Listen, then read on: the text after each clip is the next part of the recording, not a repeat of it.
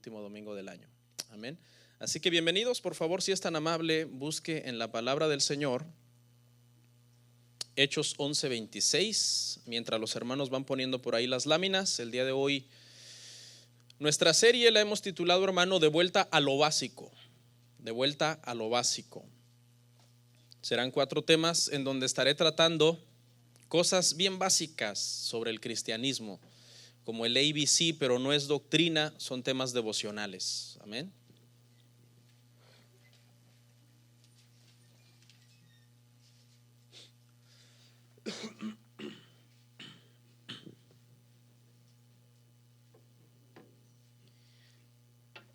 Iniciamos esta serie de vuelta a lo básico, tema 1, y leemos Hechos 11:26.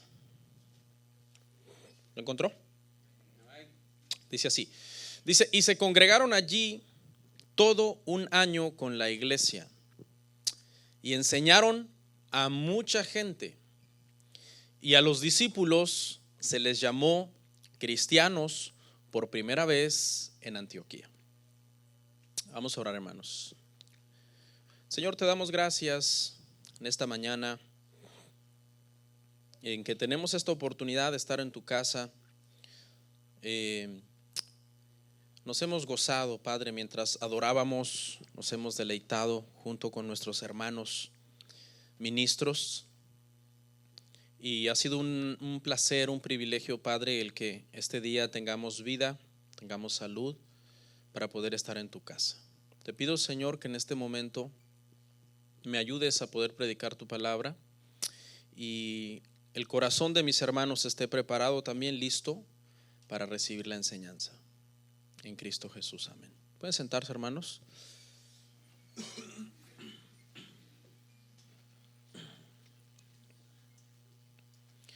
Nuestro tema el día de hoy, hermanos, se titula ¿qué es ser un cristiano?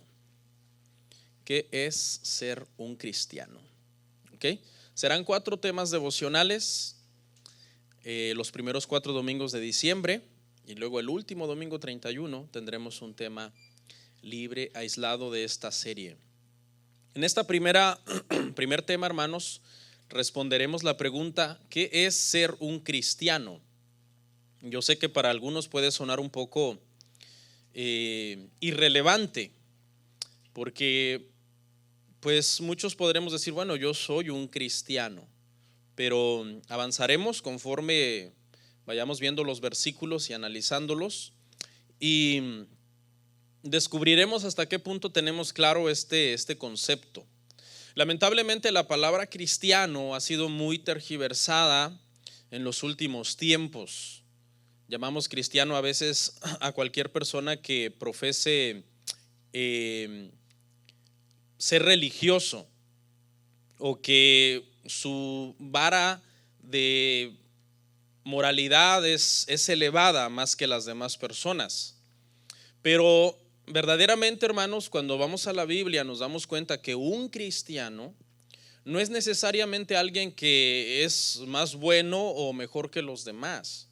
En realidad, ser cristiano es un milagro, es un misterio espiritual, porque un verdadero cristiano, a la luz de la palabra, es alguien que ha nacido por el Espíritu de Dios, ha pasado por un proceso de nuevo nacimiento.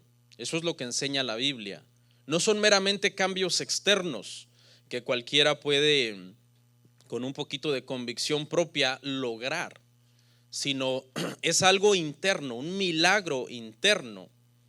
Un evangelista acuñó una frase hace un tiempo atrás para decirle a la gente religiosa que no se creyera cristiano solo por ser religioso, y la frase dice algo así, dice: asistir a la iglesia no hace a una persona cristiano, del mismo modo que estar en un garage no te convierte en un automóvil.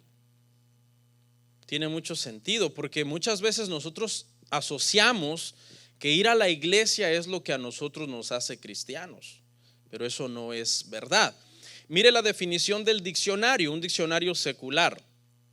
Dice lo siguiente, dice: cristiano es una persona que se precia de creer en Jesús. ¿Cuántos creen en Jesús? No levante la mano, no haga bulla.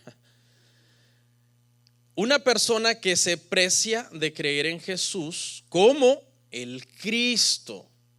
Son dos cosas diferentes. Una cosa es creer en Jesús y otra cosa es creer en Jesús como el Cristo. Cuando tú crees en Jesús como el Cristo, prácticamente eso implica dos cosas en tu vida. Número uno, que has depositado tu fe para salvación únicamente en Él. Únicamente en Él. Has depositado tu fe para salvación únicamente en Él. Te saliste del sistema religioso y te diste cuenta que en el sistema religioso no había salvación, sino que la salvación estaba solo en Cristo. Y también implica el que ahora caminas con una vida de arrepentimiento. Son dos cosas. Tu fe hace que Jesús sea tu Salvador, pero tu arrepentimiento hace que Jesús sea tu Señor. O sea, Él gobierna tu vida, Él rige tu vida, Él dirige tu vida. Resume el diccionario secular diciendo: o también es una persona que su religión está basada en las enseñanzas de Jesús. O sea, este diccionario, aunque no es cristiano, nos da un buen punto de partida. Un cristiano es una persona que cree en Jesús como su Señor y como su Salvador, y que se apega también a las enseñanzas que Jesucristo dio.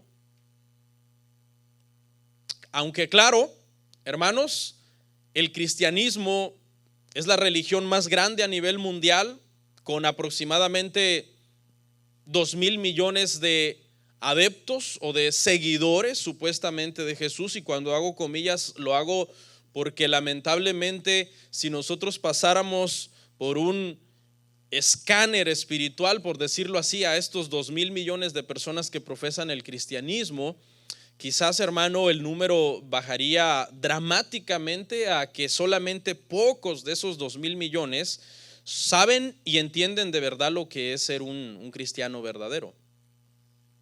¿Ok? Ahora vamos a la Biblia. ¿Por qué nos llamamos cristianos? La palabra cristiano, hermanos, aparece 3 veces en el Nuevo Testamento. La primera ya la vimos ahí, fue nuestro texto base. Dice que a los discípulos del Señor se les comenzó a llamar cristianos por primera vez en Antioquía. Y al principio esto era una especie más de burla y de apodo, y tenía un propósito despectivo. Pero sin embargo, hermanos, este nombre cristiano comenzó a describir a la perfección lo que era un seguidor de Jesucristo en el primer siglo. Así que los apóstoles no tuvieron ningún problema con adaptar este nombre que las personas habían usado con una mala intención y usarlo en una forma limpia, en una forma correcta para aplicársela a los seguidores de Jesucristo. 2 de los apóstoles más influyentes del Nuevo Testamento no tuvieron ningún problema con ser llamados cristianos, seguidores de Jesús: Pablo y Pedro. Veamos lo que dijo Pablo, Hechos 26-28.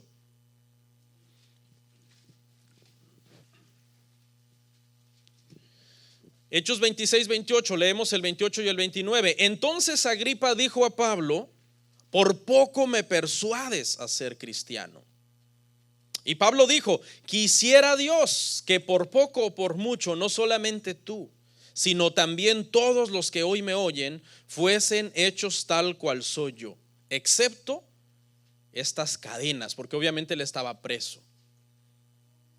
Pero él, apóstol Pablo, en ningún momento tiene un problema con que Agripa lo identifique como un cristiano. Y Pablo le dice: no solamente quisiera yo que tú seas como yo, que soy cristiano, que soy seguidor de Jesús, sino que yo quisiera que todas las personas se hagan cristianos. Ese era el anhelo del apóstol Pablo. Él dice que él sufría lo que fuera necesario y estaba dispuesto a ir a la ciudad que fuera necesaria con tal de que predicara el evangelio de Jesucristo a las personas. Este hombre influyente, este hombre importante, Agripa, ¿sabe por qué casi es persuadido a convertirse al evangelio, a convertirse a Cristo? Por el mensaje que Pablo le estaba predicando. ¿Y sabe qué era ese mensaje? Ese mensaje era que Cristo había muerto en una cruz para que todo aquel que por la fe en él pudiera ser justificado gratuitamente. Ese es el evangelio que Pablo predicaba, un evangelio de la justificación gratuitamente por la fe. Es decir, tú depositas toda tu fe para salvación en Jesucristo y caminas en arrepentimiento como Él manda en su palabra, y automáticamente te haces un cristiano, un seguidor de Jesucristo, un hijo de Dios, adoptado a la familia de Dios, pasado a ser miembro de la familia de Dios por la fe en el Señor. Veamos a Pedro, lo que Pedro dijo también sobre este término cristiano, sobre esta palabra cristiana. Primera de Pedro 4:15 al 16. Mire al apóstol Pedro: así que ninguno de vosotros padezca como homicida, o ladrón, o malhechor, o por entremeterse en lo ajeno. Pero si alguno padece como cristiano, no se avergüence, sino glorifique a Dios por ello. Vemos al apóstol Pedro usando este término cristiano como un término bíblico, como un término correcto, como un término que identifica a una persona que su caminar es justo, que su caminar es algo que glorifica a Dios. Por eso le dice: no padezcan como malhechores, no tengan mal testimonio. Este verso, si nosotros pudiéramos ampliarlo, significa muchas cosas. No caminen ya como caminaban antes de ser cristianos. No vuelvan a hacer las cosas de las tinieblas que hacían antes de haber venido a la fe. Ahora ustedes, si van a padecer, padezcan por ser buenos cristianos. Es decir, aférrense de tal manera a la fe que todo lo que a ustedes pretenda despegarlos de Cristo y los haga sufrir, no importa, ustedes sufranlo.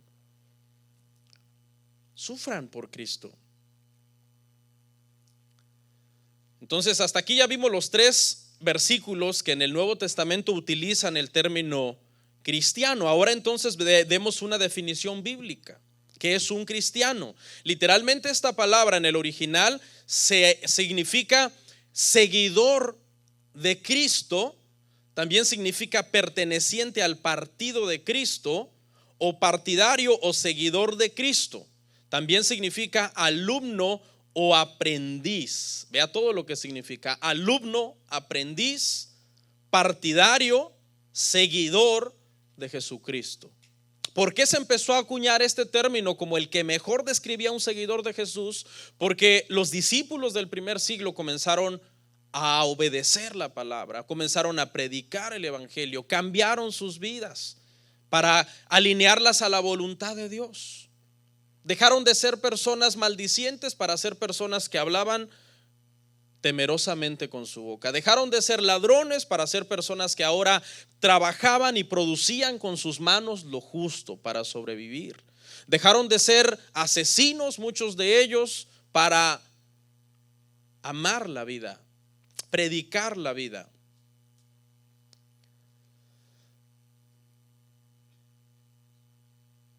Muchas personas no creyentes se enojan cuando un familiar se vuelve cristiano y lo acusan de diferentes cosas. Por ejemplo, voy a citar 3 acusaciones populares que tu familia no creyente quizás ha hecho contra ti, si es que de verdad reflejas a Cristo. ¿Okay? Porque cuando tú reflejas a Cristo y de verdad tu vida ha sido transformada en Cristo, todas las acusaciones que hacen contra ti es vituperio. Pero cuando tú religiosamente vas a la iglesia y no cambias, y tu familia ve que no cambias, las acusaciones que hacen contra ti no es vituperio, es crítica, y tú te la estás ganando a pulso porque tú no has cambiado. Fíjese, una acusación muy popular: no hubieras dejado la religión, te hiciste muy fanático, te lavaron el cerebro en esa iglesia.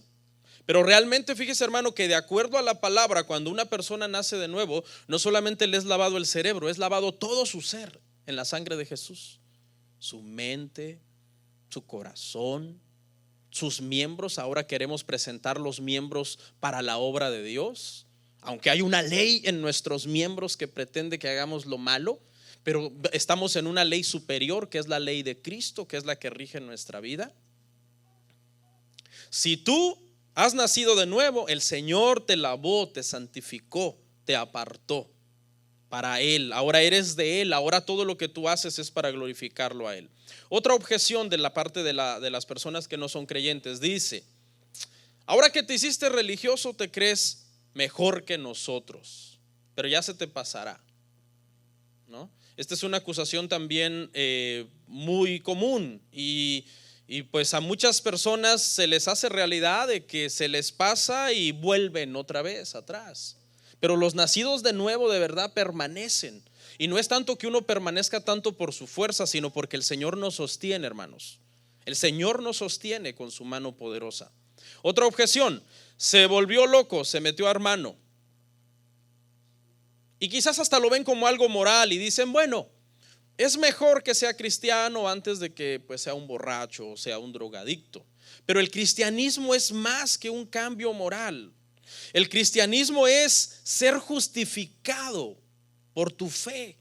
Significa que Jesús tomó tu lugar en esa cruz. Eso significa justificación. Ninguno de estos argumentos en realidad describen a un cristiano. El cristiano quizás ni quería hacerse cristiano, ni estaba pensando en hacerse cristiano, sino que fue algo que Dios hizo, una obra que Dios hizo en la vida de la persona. El cristiano no se hizo cristiano porque ahora trata de ser mejor, porque no es así la salvación. Vayamos a Tito 3, 4 al 5.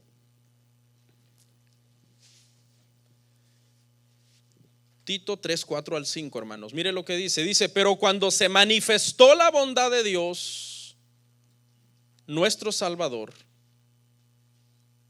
y su amor para con los hombres, nos salvó, no por obras de justicia que nosotros hubiéramos hecho, sino por su misericordia, por el lavamiento de la regeneración y por la renovación en el Espíritu Santo. ¿Qué fue lo que Dios tuvo de nosotros para que naciéramos de nuevo? Misericordia. Misericordia significa no recibir el castigo merecido.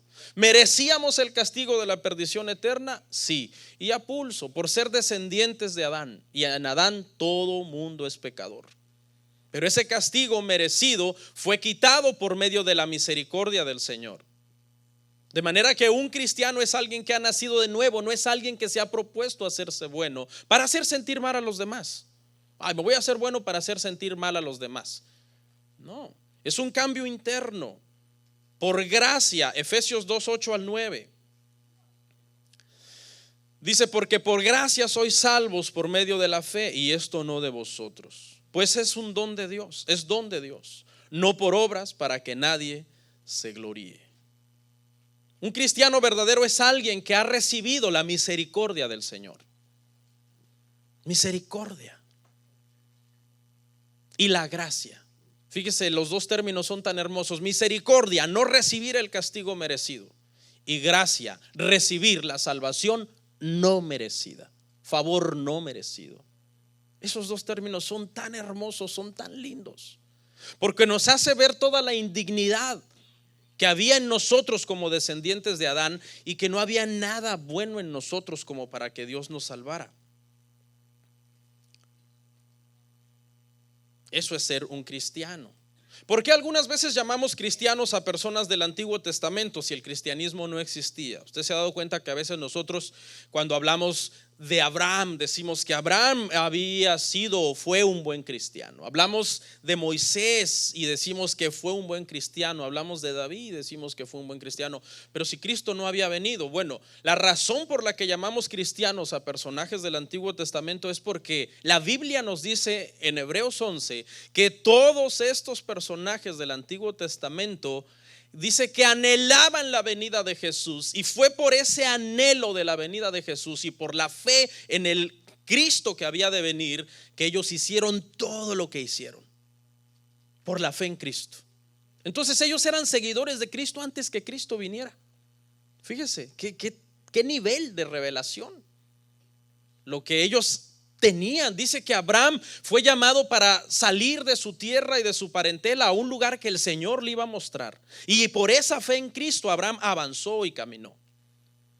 Moisés dice que por la fe en el que había de venir despreció los tesoros de los egipcios y rehusó a llamarse hijo de la hija de Faraón y ser príncipe de Egipto, y prefirió ser castigado con el pueblo. ¿Por la fe en quién? En Jesucristo.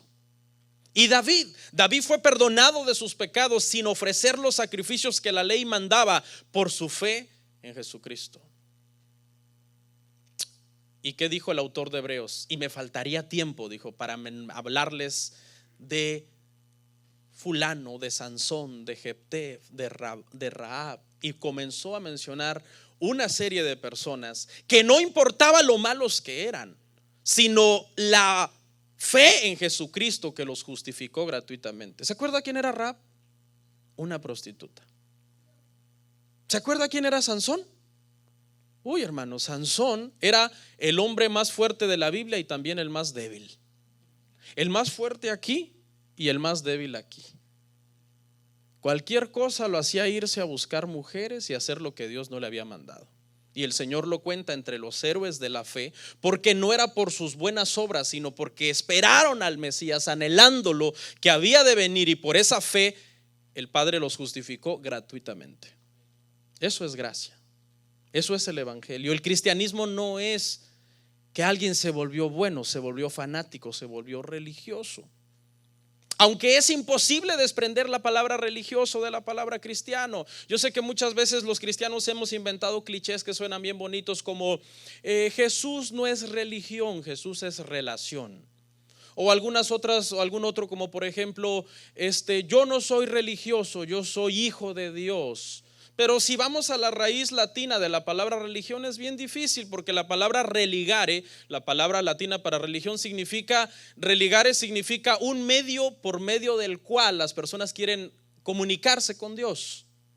Eso significa religión. Entonces, si Jesús es nuestra religión, en realidad no estamos mal, porque es nuestro anhelo, es nuestra pasión, es nuestro deseo, es el camino al Padre, es el que nos lleva al Padre, y sabemos que no hay otra forma si no es a través de Él, porque Él mismo lo dijo: nadie vendrá al Padre sino por mí.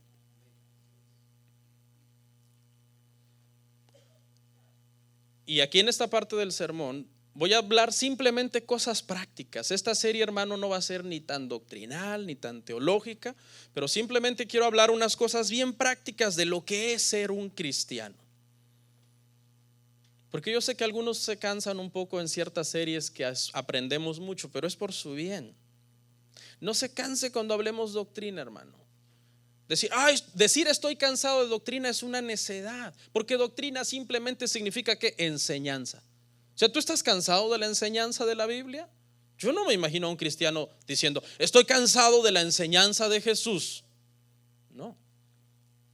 Pero mire, vamos a ver unas cosas bien prácticas, unas cosas bien prácticas sobre lo que es ser un cristiano. En primer lugar, un cristiano es un ser humano. Pastor, you're on fire. Qué revelación. Qué revelación, pastor. Bueno, pues ¿sabe qué? Es importante aclarar que un cristiano es un ser humano, porque hay personas no creyentes que creen que un cristiano es un marciano, aunque algunos se portan como marcianos, o que venimos de Venus. No, un cristiano es un ser humano. Tenemos ADN humano, cuerpo humano, sentimientos humanos, pensamientos humanos. ¿Oyeron? Ahí está la confirmación.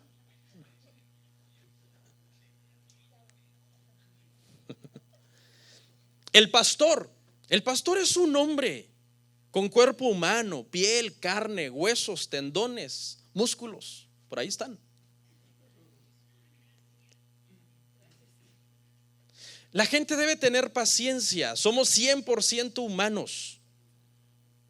Somos todos descendientes de Adán y Eva.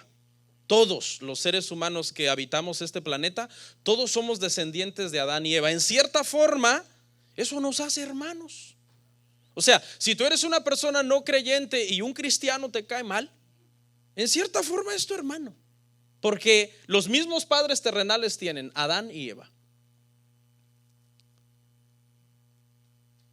¿Qué más es un cristiano? Ya estamos claros, hermano, que un cristiano es un ser humano. ¿Sí? Para que no seamos tan duros uno con otro. A veces estamos esperando que el hermano que ya se convirtió, wow, vuele. No, Dios no nos dio alas. Somos humanos. tenemos todas las limitaciones humanas, pero en segundo lugar también un cristiano, hermanos, no es perfecto. Sí es humano, por ende no es perfecto. Tiene defectos, tiene virtudes, pero tiene defectos también, y está tratando de ser mejor para que su vida glorifique al Señor. Es más, ¿sabe qué? Puede haber no creyentes mejores que muchos cristianos. Puede haber no creyentes mejores.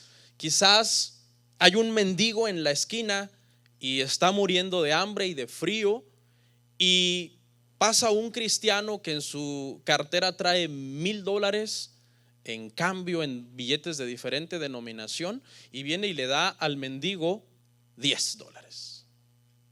Y viene quizás un ateo blasfemo y en su cartera trae menos que el cristiano, trae $400.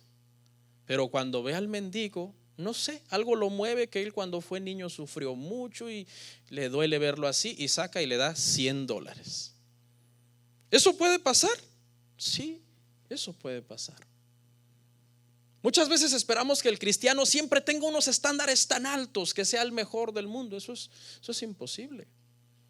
Si hubiera sido por esas obras, el ateo merecía más la salvación, ¿sí o no? Pero fue por gracia, es por gracia, no la merecíamos.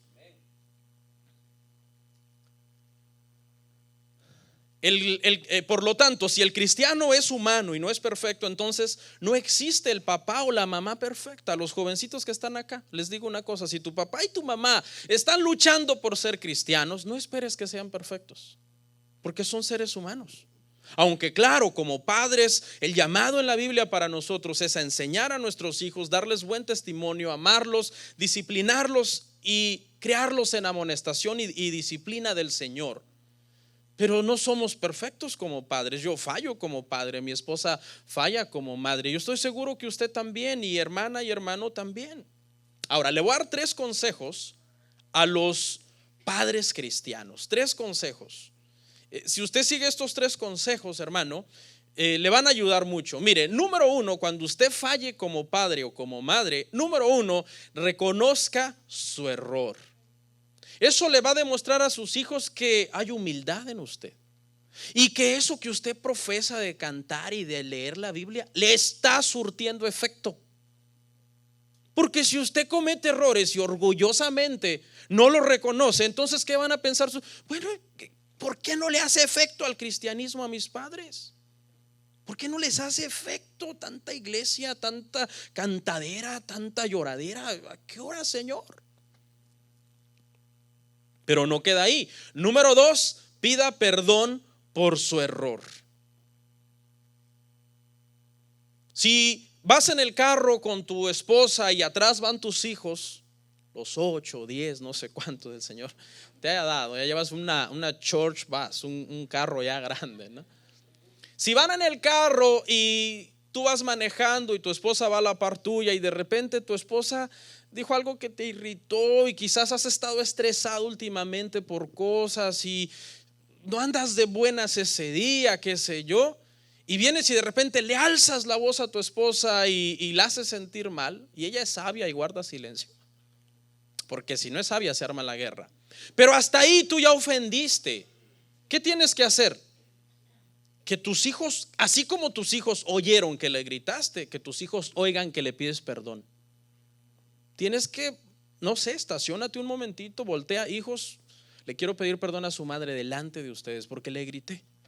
Ando un poco mal, ténganme paciencia, por favor, oren por mí. ¿Sí me entiende? Podemos hacer eso. 2, hasta ahí vamos en el 2, pero mire el tercero, porque van uno con otro.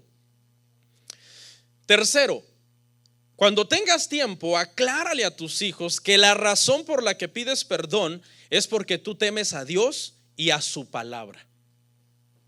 Cuando reconociste tu error, se dan cuenta que eres humilde. Cuando pides perdón, se dan cuenta que la humildad está creciendo en ti. Y cuando reconoces que es por amor a Dios y por temor a su palabra, se dan cuenta que el cristianismo está haciendo un efecto en ti, que la palabra está haciendo un efecto en ti, que no eres igual, que hay un avance. Quizás no es un gran avance, pero hay un avance. Ha habido un cambio en ti. Hace unos días yo estaba un poco estresado y levanté la voz un poco de manera brusca a nuestros hijos en la casa y andaba así con el corazón un poco revuelto y el Señor no me dejó en paz hasta que llegué al entendimiento de estas tres cosas. Entonces agarré mi Biblia, los llamé a una mesa, empezamos a hablar de la Biblia como 1 hora y media dándoles enseñanza bíblica, explicándoles versículos, y al final, cuando acabé de enseñarles, les dije, agarré la Biblia fuerte en mi mano y con una cara de convicción sincera, no hipócrita, les dije: hijos, les quiero pedir perdón. Hace 2 días o hace 3 días, ya no me acuerdo, yo les dije esto, hice esto y no estuvo bien. Yo soy su padre y ¿saben qué? Les pido perdón porque yo creo que este libro que tengo en la mano es la palabra de Dios, es la verdad y me manda a cambiar, me manda a ser diferente. Y por temor a Dios y amor a este libro, yo les pido perdón. Eso tiene un impacto muy profundo en la vida de nuestros hijos. ¿Sabe por qué? Porque tú no los puedes vigilar toda la vida, 24 horas 7. Crecerán y tomarán sus decisiones. Aún en la escuela, en la middle school, en la high school, tú no ves lo que ellos hacen a ocultas, qué música oyen, qué palabras dicen, qué pensamientos tienen. No puedes estar al pendiente de todo eso, pero tu ejemplo es poderoso. Las palabras enseñan, pero el ejemplo arrastra. Y tal vez digan: mi padre tiene errores y tiene fallas, pero está cambiando, está avanzando en su fe. Y guardarán ese temor, donde quiera que vayan, no se podrán esconder de ese temor que tú les has enseñado que tú tienes hacia el Señor. Amén. ¿Qué otra cosa? El cristiano no es el vecino perfecto. O sea que usted, yo no creo que sus vecinos me llamen un día y me digan: pastor, le estamos llamando porque nos enteramos que nuestro vecino va a su iglesia y wow, ¿para qué? Es un santo. No, yo sé que es imposible que seas el vecino perfecto porque eres humano. Quizás algún día tu perro ensució la yarda del vecino y viste y te dio pereza ir a limpiar y te aseguraste que no estuviera viendo. No vio, hay que se quede eso. Véngase, niño, métase. Si un día tu vecino me llamara por eso y dijera: fíjese que un miembro de su iglesia que va ahí y se la pasa de religioso tiene un perro que pasa ensuciándome la yarda, pues yo no pondría el grito en el cielo. No, son cosas, son a veces.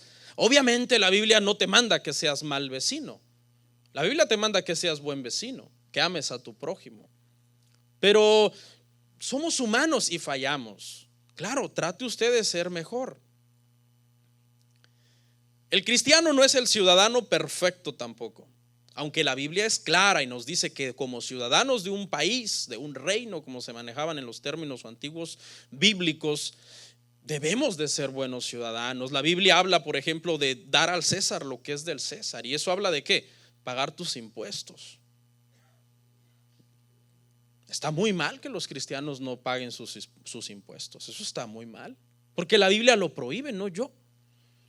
Usted debe tener en orden sus finanzas, en orden su economía, trabajar, pagar sus taxas. Pero no me extrañaría si uno de ustedes no las paga. Yo no diría: wow, claro, yo le aconsejaría: hermano, mire, ordene, haga bien las cosas, no puede ser. ¿Cuántos años debe, hermano? Poquito, pastor, 18 años. Y cuando vaya a hacerlos, no caiga en el juego de que el preparador te dice: ¿cuánto quieres pagar? Pues lo que es. No, pero si tú quieres, ahí le echamos un rollo que hasta los del IRS tal vez te mandan una ofrenda. No, dígale lo que es.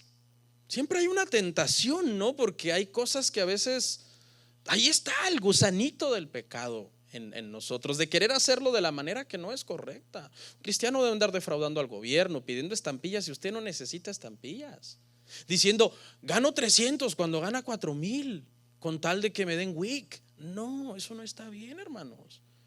Esas cosas parecen sencillas, pero debemos de decir la verdad. Si tú dices la verdad, Dios te va a honrar, porque tú estás esforzándote para serle fiel al Señor, hermano.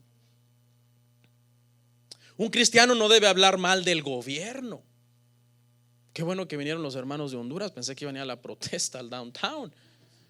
No, hermanos, con calma, tranquilos. Un cristiano no debe andar diciendo cosas como ese gobierno basura, ese. Yo no he visto si usted ha publicado algo. Yo me declaro inocente de todo lo que usted publica. Yo no sé nada, ¿ok? No, un cristiano debe ser pacificador. La Biblia nos manda a orar por los que están en eminencia, por el gobierno, por el presidente. No a que usted ande de revoltoso. Revoltoso es la palabra correcta para gente que promueve ese tipo de revueltas. Proteste pacíficamente orando por los gobernantes. Un cristiano no es el jefe o empleado perfecto. El cristiano que tiene una compañía a veces se ve tentado a pagar injustamente, a tratar injustamente al trabajador, o quizás es un jefe gritón, o quizás es un jefe perezoso, o los empleados cristianos también. Obviamente la Biblia manda que seamos diligentes, que los trabajadores respeten a sus patrones, que los patrones no traten mal a sus empleados. Todo ese es el estándar bíblico. Pero no te extraña a ti, hermano, si un día el jefe cristiano anda mal. O sea, tenle paciencia también, porque venimos arrastrando la misma línea de que no es perfecto y a veces falla como jefe o a veces falla como empleado cristiano. A veces somos demasiado estrictos entre nosotros, hermano. A veces hay hermanos que se juntan a hacer un trabajo, no se hubieran juntado. Todo iba bien hasta que se pusieron a hacer un trabajo juntos. No, que primero me dijo que me iba a dar tanto, después cuando vio que ganamos, que el dinero era mucho, me dijo que mejor menos, y que cuando me di cuenta me quitó el trabajo, cosas como esas. ¿Por qué está eso ahí? Porque eres humano y porque no eres perfecto, pero eres cristiano y debes de dominar esas pasiones. Debes de dominar esas pasiones de ser tramposo, de ser ventajoso, de dañar a la otra persona, de pensar solo en ti. ¿Qué más es un cristiano? Un cristiano puede ser una persona con un pasado muy desagradable. Eso puede ser también un cristiano. Hay gente que se atormenta por su pasado y dice: no, yo no puedo venir a Cristo porque yo fui muy malo. Precisamente esos son los que el Señor anda buscando, los más malos. Nosotros no estamos aquí por buenos. Aquí hay cada fichita que tú te asustarías. Te asustaría, ay, hermano. Segunda de Corintios 5:17, vea lo que dice.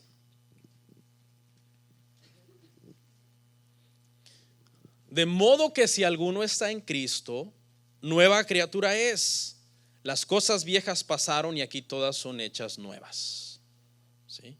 Hay un cambio en nosotros, pero es un proceso. No es el cambio en el cristiano, hermano, es un proceso, no un suceso. No es algo que pum, hoy se hizo cristiano y mañana es un santo. No. ¿Cuándo acaba la santificación, hermanos? Cuando muramos. Mientras estamos vivos, la santificación es un proceso hasta el día de nuestra muerte. Pero el pasado quedó atrás. Ya nadie te puede venir a juzgar por lo que tú eras antes.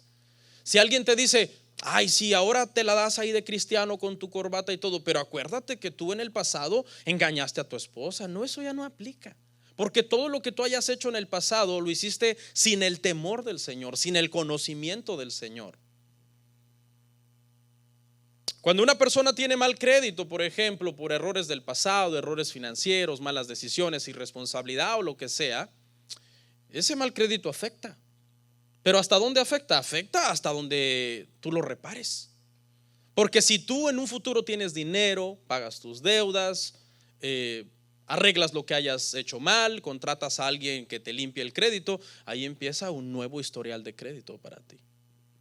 Así es exactamente lo mismo que sucede en los cristianos. Nadie debería de perseguir a un cristiano por lo que hizo, por lo que pasó en su vida antes de venir al Señor. Por ejemplo, Pablo, hermanos, ¿qué era Pablo? Era un asesino, era un perseguidor de la iglesia. Y cuando el Señor lo salvó, pasó de querer matar a los cristianos a querer dar su vida por Cristo. Lo contrario. Ese es un cambio, hermano, radical y genuino en la vida de un creyente. Agustín, un cristiano de los primeros siglos, dice que era un hombre, hermano, que le gustaba andar con muchas mujeres, le gustaba tomar, era mujeriego, parrandero, borracho, mal hablado, Pero cuando él se convirtió al Señor, él dejó todo ese estilo de vida atrás y llegó a ser uno de los cristianos más influyentes del cristianismo de los primeros siglos. O sea, pero el pasado quedó atrás. Estas dos personajes que le mencioné, uno bíblico y uno de la historia, ambos tenían un pasado horrible, pero en Cristo fueron nuevas criaturas, hermanos. Así que en Cristo somos nuevas criaturas. ¿Cuánto le dan gloria al Señor por eso? Y tenemos un estándar de avanzar hacia el Señor. ¿Qué más? El cristiano no se debe creer santo. Fíjese, son dos cosas diferentes. Una cosa es que luchamos por nuestra santificación y otra cosa es que no nos debemos de creer santos. No, un cristiano se reconoce pecador, incapaz de haber adquirido su salvación por méritos personales.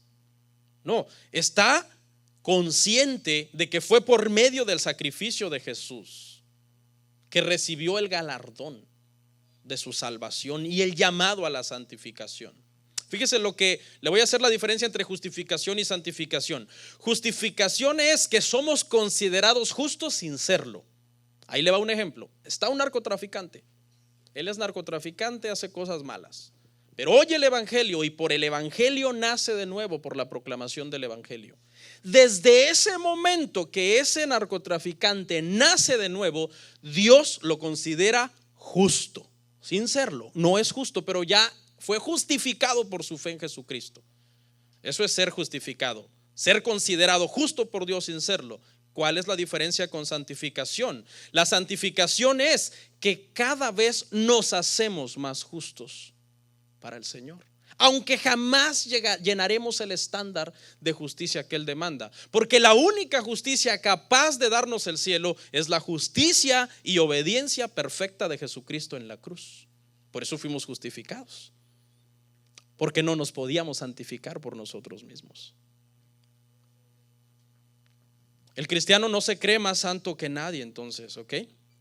No debe caer en esa hipocresía, en ese orgullo, en ese fariseísmo, en ese legalismo de andar condenando a todos los demás. No, porque es que yo sí voy a la iglesia, o yo sí guardo esto, o yo sí hago aquello. No, eso es una persona que ha caído en ese legalismo de andar condenando a los demás porque según él no hace todo lo que él hace. Es una persona que necesita mucha revelación del evangelio y mucha humildad en su vida. Un cristiano maduro, nacido de verdad, nacido de nuevo, él sabe que delante del Señor su justificación fue gratuita, que no es santo, que es un pecador, que avanza con pasos de tortuga hacia la santificación. ¿Qué más? Un cristiano es alguien, hermano, que depende de la fuerza del Espíritu Santo. O sea, un cristiano verdadero ha renunciado a sus capacidades humanas, a sus capacidades físicas, a sus capacidades intelectuales y ha depositado todo en que dentro de él vive el Espíritu Santo, que pone el querer como el sentir, como el hacer por su buena voluntad, que lo guía, que le da sabiduría, que le da inteligencia espiritual, que le da entendimiento sobre lo que tiene que hacer, cómo llevar su familia. Un cristiano orgulloso que dice: no, aquí en mi casa vamos a hacer como yo diga, pero que su vida refleje que no hay frutos dignos de arrepentimiento, es un arrogante. No, un cristiano se pone en humildad a decir: yo dependo de la fuerza del Señor, de la guianza del Señor, de la voluntad escrita del Señor en su palabra. Yo no soy aquí un tirano, un dictador que siempre tiene la razón. No. Si me he santificado, si he avanzado, si he sido salvado, si alguien me tiene en buen testimonio, en buena estima, no es por mis obras, es porque el Espíritu Santo en mí produce el querer como el hacer por su buena voluntad y me guía. ¿Qué más es un cristiano? Un cristiano es una persona que a veces le puede ir mal. Muchas veces esperamos que al cristiano le vaya lo mejor posible en su vida y al no cristiano lo peor posible en su vida. Eso es un concepto erróneo. A un cristiano le puede ir mal, a un cristiano le duelen las muelas del juicio también. A un cristiano, si se mete a nadar y no sabe, se ahoga también. A un cristiano le da cáncer, a un cristiano le dan enfermedades, un cristiano tiene accidentes de carro, un cristiano pierde el trabajo. No tenga usted unas expectativas de que ahora en Cristo se me solucionó la vida. No, porque es precisamente por medio de las pruebas, de las tribulaciones, de las dificultades, que nuestro carácter es procesado para parecernos más al Maestro. Cristo mismo vino a padecer, dijo Pedro, sigan las pisadas, las huellas del Maestro. Y dijo, muchos de ustedes todavía no han padecido hasta la sangre. Tampoco le voy a presentar un evangelio fatalista donde usted va a ir de mal en peor, toda la vida todo le va a salir mal. No. Pero debemos asumir que hay cosas que a veces no salen bien, hermanos. Esta es nuestra última cita de hoy. Primera de Juan, 2:6.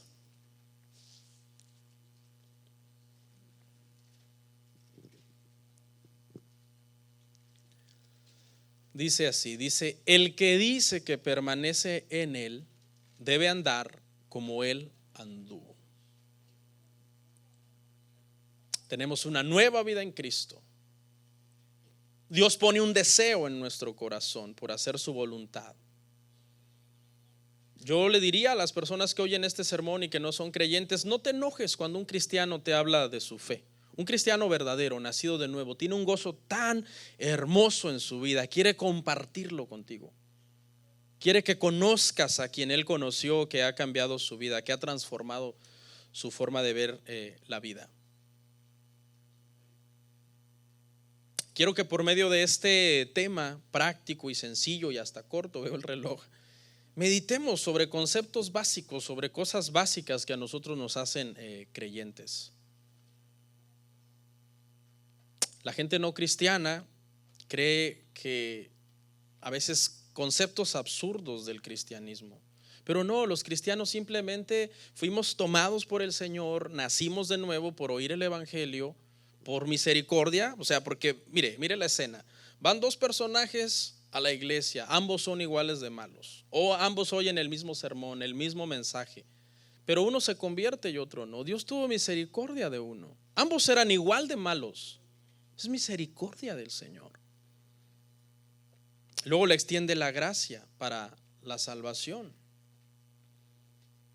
Pero no podemos caer en errores, hermano, de legalismo, de creernos superiores o mejores que los demás, o de creernos un producto ya terminado. Somos un producto en proceso. Voy a decir unas cosas, pero no es con el afán de ensalzar a los incrédulos. Pero mire, por ejemplo, han habido hechos históricos que han sacado a luz que el ser cristiano no te hace un ser superior. Por ejemplo, hay un relato donde en una guerra se tira una bomba y el que se tira para tapar la bomba y que no mueran los demás era una persona no cristiana.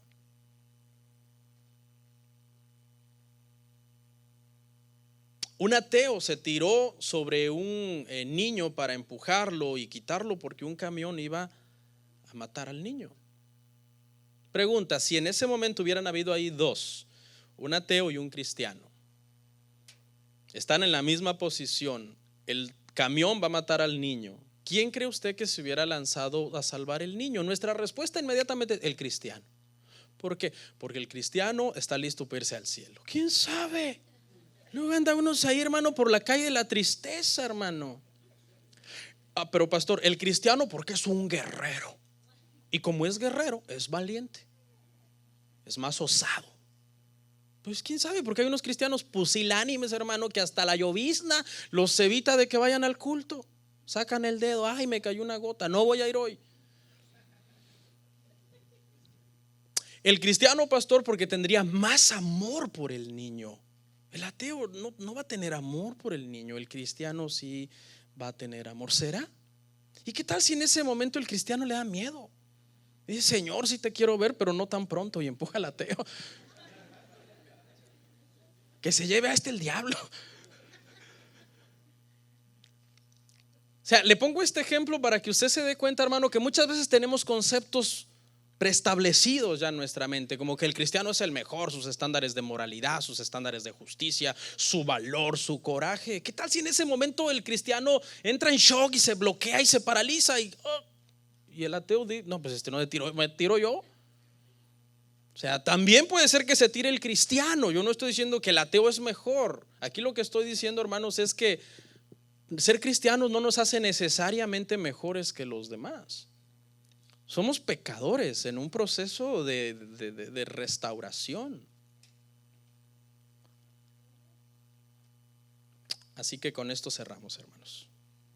Vamos a pedirle al Señor que cada día, hermanos, nuestros estándares de santificación sean más elevados conforme avanzamos hacia la meta del supremo llamamiento que Cristo ha hecho en nosotros. Le quiero pedir por favor que estemos en pie y oramos.